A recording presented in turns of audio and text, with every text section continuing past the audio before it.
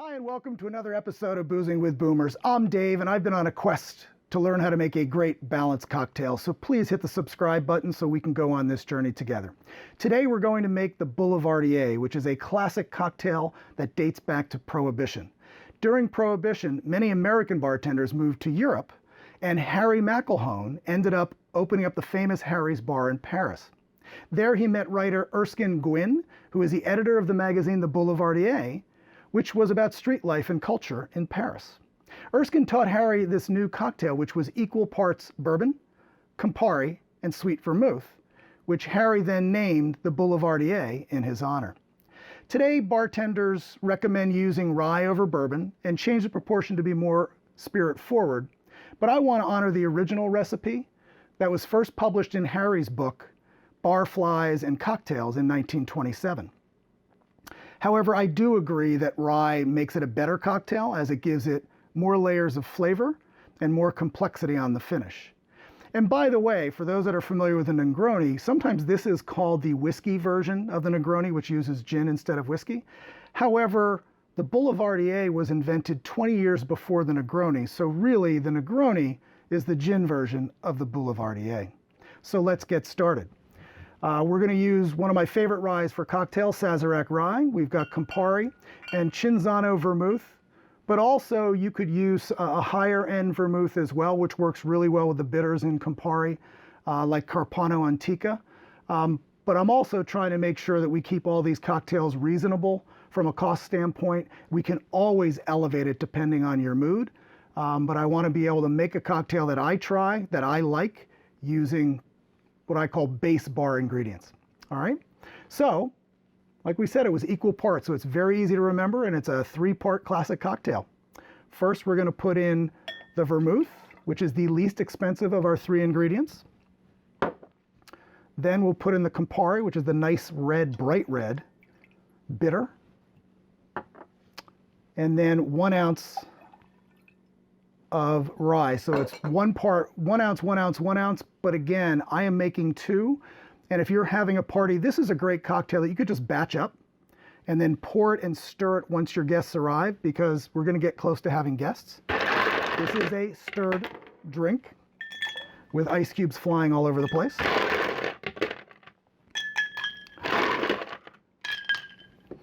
And remember, we stir it until it's properly chilled, which for stirring is about 30 seconds, so it's a little longer than the ABC song, but sometimes I use the ABC song to at least give me a cadence of what 20 seconds is like, and I'll be right back.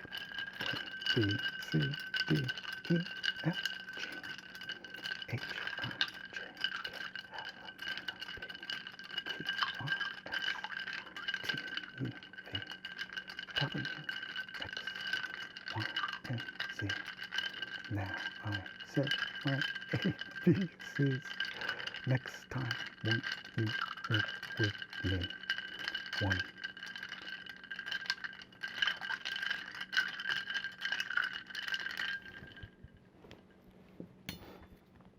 So this cocktail, so here's another interesting thing about the Boulevardier, because it does have a strong bitter. Some people prefer it over ice. I prefer it up, but I also still put it in a rocks glass, which I've had chilling. So give me a second.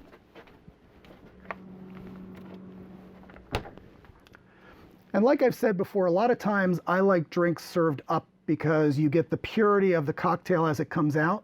If you put it in a chilled cocktail glass, it will keep it colder longer. And what's great about a rocks glass, because of this solid big base at the bottom of glass, it does tend to hold it colder longer than a cocktail glass. But it also gives me the option of just adding ice if I want to just kind of baby this drink a little bit. And the other thing about Compari, I guess I should pour this while talking to you. The other thing about Compari is it is an aperitif. So it is the type of drink, and let's not forget the boomer, that you can have before dinner. And what you'll understand with bitters is it is dry, and it will, more for you, it will make you salivate a little bit more. So it does really prepare you to eat. So I do like to have this before dinner, but it's also a good digestive, I believe, that you could also serve after dinner. And I almost forgot the garnish. So for the garnish, we're going to do an orange peel, And like we've done before, you just spritz a little bit so it sits on the top, and then we do the rim and just drop it right in. And same for the boomer. It's a big rim.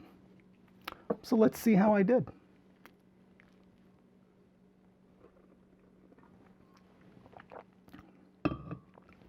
So I love rye in my cocktails because you do get a little extra spicy flavor. It goes really well with the Campari. And what the Sweet Vermouth does for me, it gives it that little hint of sweetness, but it is still a dry drink. And it does its job because I'm now getting hungry.